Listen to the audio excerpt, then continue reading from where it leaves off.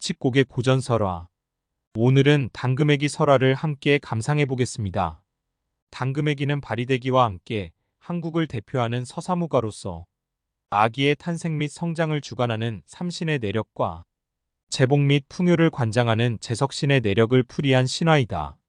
이 신화의 시주님은 세존의 다른 표현이고 주인공인 당금애기가 바로 삼신이 되며 그녀의 세 아들은 재석신이 된다. 지금까지 보고된 자료는 100여 종이 넘고 북한 지역을 포함하여 제주도에 이르기까지 전국적으로 전승되고 있다. 지역에 따라 재석봄풀이, 성인놀이푸념, 삼태자풀이, 생굿, 시준풀이, 당고마기 등 다양한 이름으로 불린다. 시주님, 계비랑국에서 태어나다. 시주님 근본이 어디인가 하면 하늘나라다. 하늘나라 살다가 인간 세상 서천서역당 계비랑국 태자의 몸으로 환생하여 태어났다.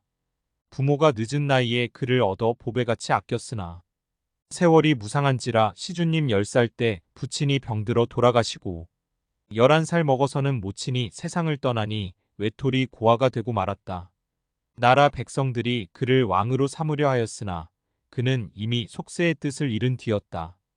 부친 옥새를 깊숙이 감춰두고 황금산 깊은 산중에 꼭꼭 파묻혀 한숨으로 세월을 보냈다. 어느 날 갑자기 미친 바람이 불더니 그의 발 앞에 염주한 알이 떨어졌다.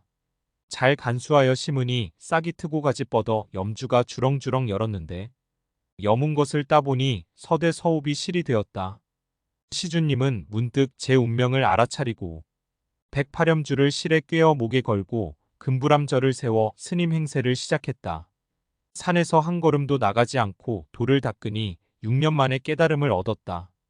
비로소 장삼을 떨쳐 입고 바랑을 걸머진 채 사람 사는 마을로 나오는데 검고 얼고 찡긴 얼굴에 귀 밑으로 때가 얼기설기 흘렀다. 겉모습은 이러하되 등 뒤에 보일 듯 말 듯 북두칠성이 응하고 두 어깨에 해와 달이 응하였다. 당금애기 시주님에게 시주하다.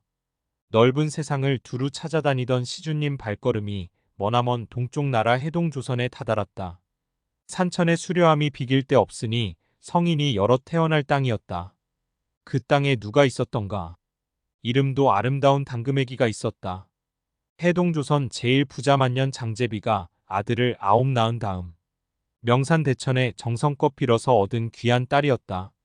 금이야 옥이야 사랑하며 딸을 기르니 천상선녀의 화신인 듯 맑은 자태와 고운 마음씨가 눈곱만한 티끌 한 점 없었다. 해동조선을 유랑하다 당금애기 높은 이름 유심히 전해 들은 시주님은 12대문 겹겹이 둘은 당금애기 집으로 걸음을 옮겼다. 집 앞에 다다르니 새길 담장이 사방을 둘러있고 우뚝한 소슬대문이 꽁꽁 닫혀있다. 하늘을 나는 새와 땅을 기는 쥐도 감히 들어갈 틈이 없을 정도였다. 나무 관세음보살, 나무 관세음보살. 마침 당금애기 아버지 어머니는 산천 유람을 떠나고 아홉 오라비는 나랏 일을 돌보러 떠나 집에 있는 이는 당금애기와 몸종 금단춘 명상군뿐이었다. 당금애기는 금단춘과 방에서 술을 놓고 있고 명상군이 꾸벅꾸벅 졸면서 바깥 대문을 지키고 있는 터에 난데없는 연불소리가 진동하니 소동이 일어났다. 아씨, 웬 스님이 시주를 청하러 왔어요. 어른이 계시면 후이 베풀련만 도리가 없구나. 기색을 엿보다가 스님이 돌아가시거든 들어와 일러주렴. 명상군이 몰래 숨어 기색을 엿보는데 연불을 외던 시주님이 열리지 않는 문을 향해 주문을 외기 시작했다. 그러자 철통 같은 대문이 와그랑 창창 소리를 내며 활짝 열렸다. 깜짝 놀란 명상군이 안으로 도망해서 이 문 저 문을 꼭꼭 잠가 보았지만 시주님의 신통력을 당할 리 없었다. 12대문이 스르렁 툭탁 열리고 나니 당금애기 거처하는 별당 앞이다. 나무 아미타불 관세음보살. 어쩐 연불소리야? 금단춘아 어서 좀 나가보아. 금단춘이 불이 나게 나가보니 검고 얼고 떼국물 흐르는 스님 하나가 목탁을 들고 서 있고 그 옆에 명상군이 겁에 질린 표정으로 목을 움츠리고 있다. 시주님은 금단춘을 본 듯 만 듯 방을 향해 시주를 청했다. 서천서역당 금부람 화주승이 당금애기께 시주를 청하나이다. 얼굴이 빨개진 당금애기 가슴이 쿵쿵 뛰어 어쩔 줄 모르다가 방에서 나서려고 치장을 차리는데 모습이 볼만하다. 아리따운 얼굴에 분세수를 정의하고 감탁 같은 채진 머리 동백기름에 광을 내어 갑사댕기를 잡아맸다. 순금 대단 겹저고리 거칠 비단 안을 받쳐 명주고름 고이 달고 은조롱 노조롱 조롱조롱 몸에 차고 남방사장 호단치마 무지개 말을 달고 물명주 단속꽃 바지에 삼승버선 태가 난다. 문고리를 살짝 밀고 가죽꽃신을 받쳐 신고 사뿐사뿐 내려오니 돋아오는 반달이요 넘어가는 1월 같다. 고개를 살짝 숙이고 합장한 채 앵두처럼 붉은 입을 열어 하는 말이 스님 때를 잘못 맞추셨습니다. 부모님이 산천 유람을 가시고 오라버니들이 나란 일로 집을 떠나 곳간이 꼭꼭 잠겼으니 시주 동량을 드릴 수 없어요. 그 일일랑 걱정 마오. 시주님이 짚고 있던 쇠지팡이를 하늘로 향하고 왼발로 땅을 3번 구르니 꼭꼭 닫힌 곳간 문이 스르렁 덜컥 열리었다. 당금애기가 놀란 마음을 겨우 진정하면서 입을 열었다. 스님, 어떤 쌀로 드릴까요? 아버지 드시던 쌀을 드릴까요? 그 쌀은 누린내가 나서 받을 수 없습니다. 그러면 어머니 드시던 쌀을 가져가세요. 그 쌀은 비린내가 나서 못 받겠습니다. 아홉 오라버니가 먹던 쌀을 드리지요. 그 쌀은 땀내가 나서 받을 수 없습니다. 그럼 어떤 쌀을 달란 말씀입니까? 당금애기님 드시던 쌀로 손수 서말 서대 서읍을 퍼주오. 당금애기는 할 수 없이 곳간으로 들어가 자기 쌀독을 열고 깨끗한 쌀을 가려 서말 서대 서읍을 떠다가 동량자루에 조심스럽게 쏟았다. 그런데 그만 자루에 들어간 쌀이 주르륵 땅바닥으로 흘러내리고 말았다. 딱한 스님아, 어찌 밑빠진 자루를 가지고 동량을 다닌단 말씀입니까? 당금애기는 얼른 동량 자루를 기워 나와서 빗자루를 찾아들고 땅에 쏟아진 쌀을 쓸어 모으려 했다. 부처님께 올릴 쌀을 험하게 다루면 안 됩니다. 쌀이 나무 젓가락으로 하나하나 주워 담아야지요. 당금애기는 후원에 올라 쌀이 나무를 꺾어다가 젓가락을 만들어 땅에 떨어진 쌀을 주워 담기 시작했다. 발그레한 얼굴에 땀방울이 송송 맺히는 줄도 모르고 자기 옷과 남정네 옷이 한데 얽혀 감기는 줄도 모르고 당금애기 처녀의 몸으로 잉태하다. 어느 새해가 서산으로 기울어졌다. 스님 됐습니다. 날이 저무니 어서 바삐 길을 나서세요. 듣던 말과 다르군요. 이렇게 저문 날에 어디로 가란 말씀입니까? 유수같이 흐르는 밤에 하룻밤만 묵어가게 해주오. 당금애기가 할 일 없이 방을 내주려는데 아버지 자던 방을 주자 하니 누린내가 나서 못 잔다 하고 어머니 자던 방은 비린내가 나서 못 잔다 하며 오라비 자던 방은 땀내가 나서 못 잔다고 한다. 이 방 저 방 다 싫다 하고 굳이 당금애기 자는 방 한 구석을 빌려달란다.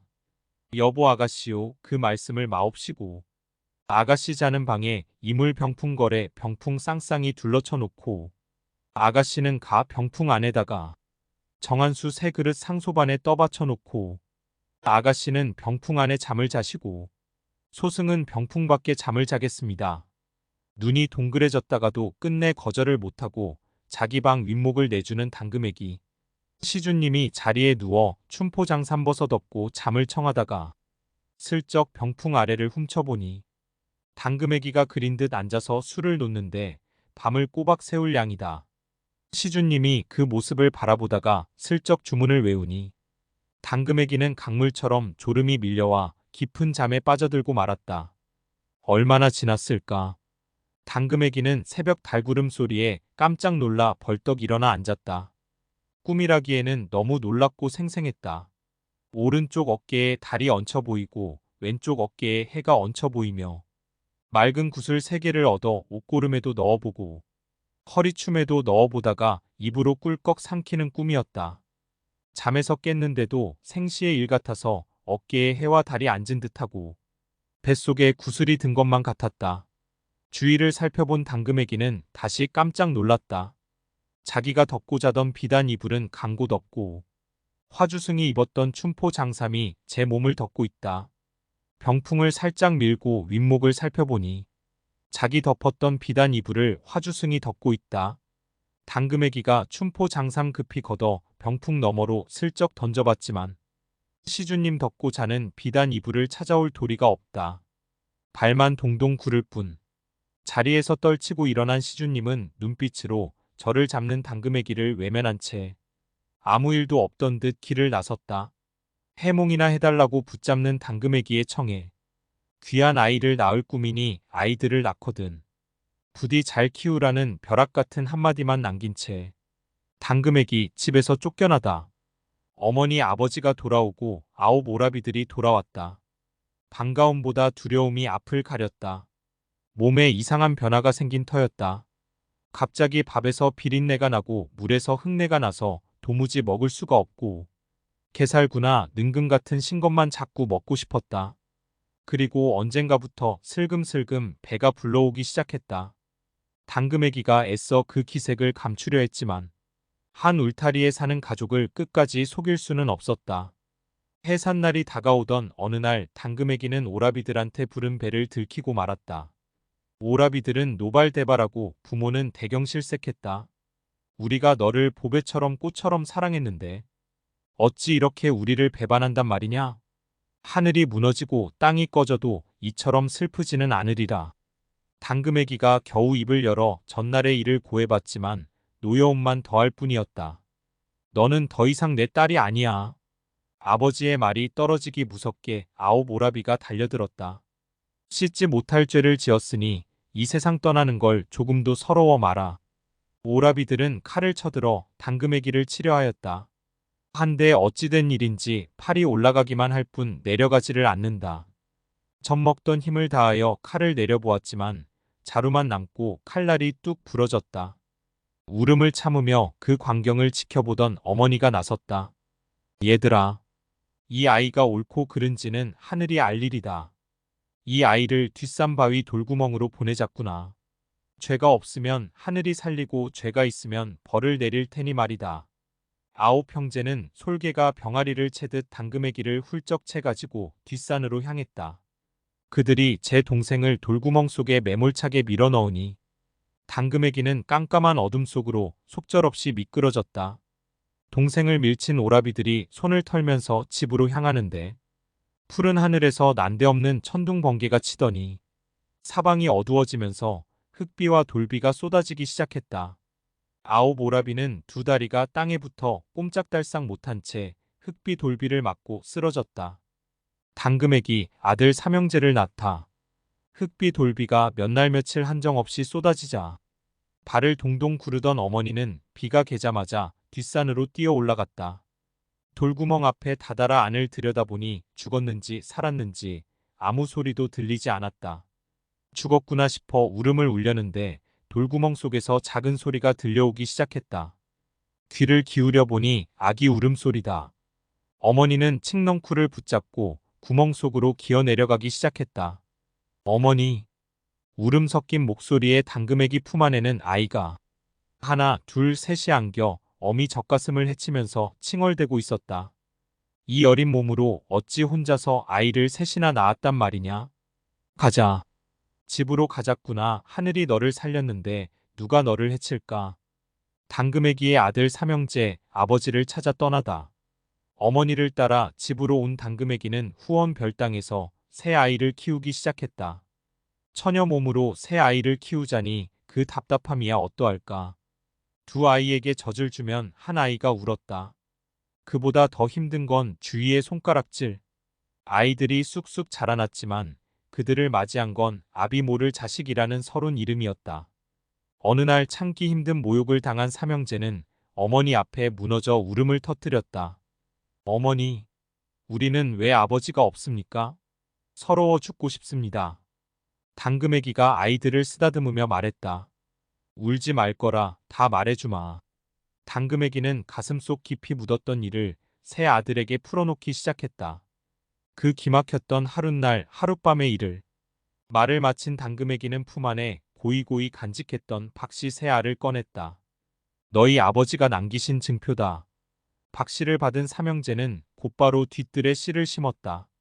씨는 하룻밤 사이에 싹이 돋더니 덩굴이 자라나 담 너머로 출렁출렁 뻗어가기 시작했다.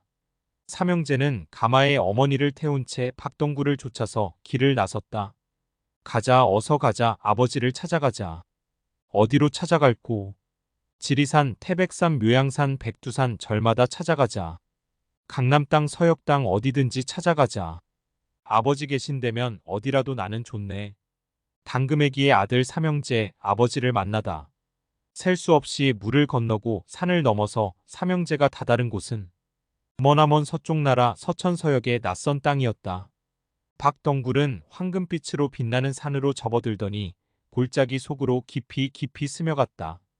덩굴이 멈춘 곳은 조그만 암자 앞. 안에서 불경을 외는 소리가 들리는데 당금애기가 들어보니 목소리가 낯설지 않다. 내가 왔습니다.